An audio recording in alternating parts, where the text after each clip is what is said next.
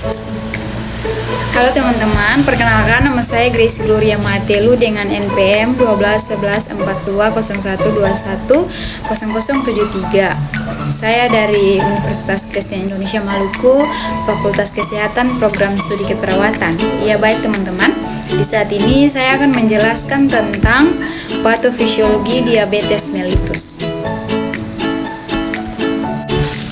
Ya teman-teman, DM tipe 1 sendiri penyebabnya yaitu reaksi autoimun, di mana reaksi ini adalah sistem kekebalan tubuh dari manusia itu sendiri menyerang dirinya dan merusak jaringan tubuh yang sehat, sehingga akan menimbulkan sel beta pankreas yang hancur, di mana sel beta pankreas ini adalah ketidakmampuan pankreas untuk memproduksi insulin.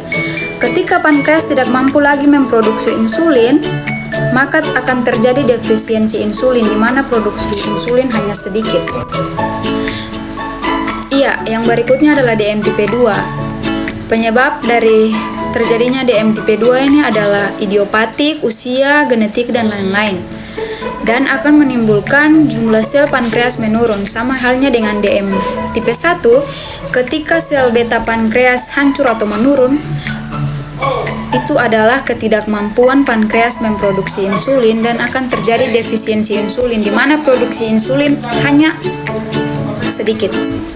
Iya, ketika terjadi defisiensi insulin, maka akan terjadi hiperglikemia, di mana hiperglikemia ini adalah kondisi di mana kadar glukosa dalam darah itu meningkat di atas normal.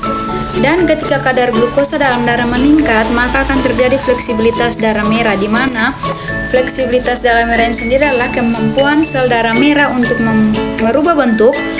Kemampuan ini memastikan agar darah yang lancar dan efisien dalam mengangkut O2 ke seluruh tubuh.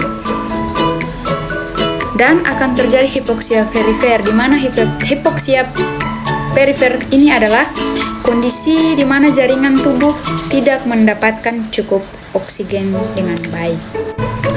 Maka masalah keperawatan yang muncul adalah nyeri dan perfusi jaringan perifer tidak efektif.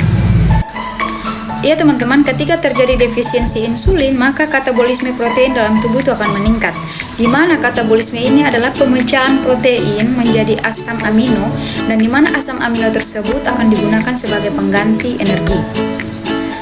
Dan orang dengan DM akan disarankan untuk melakukan diet, di mana diet tersebut dapat mengontrol asupan makanan tertentu untuk mencapai tujuan yang sehat. Liposis meningkat ketika terjadi defisiensi insulin. Liposis sendiri adalah proses di mana lemak yang dipecah menjadi asam lemak sebagai respon tubuh terhadap kebutuhan energi. Maka seseorang yang terkena diabetes mellitus akan mengalami penurunan berat badan, dan masalah keperawatan yang muncul adalah resiko defisit nutrisi. Dan juga teman-teman, ketika terjadi hiperglikemia, di mana kadar glukosa dalam darah meningkat, maka seseorang akan mengalami kencing secara terus-menerus, dan masalah keperawatan yang muncul dari ini adalah defisit volume cairan.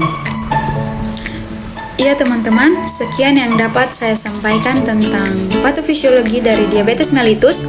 Jika ada yang kurang, mohon dimaafkan. Sekian dan terima kasih.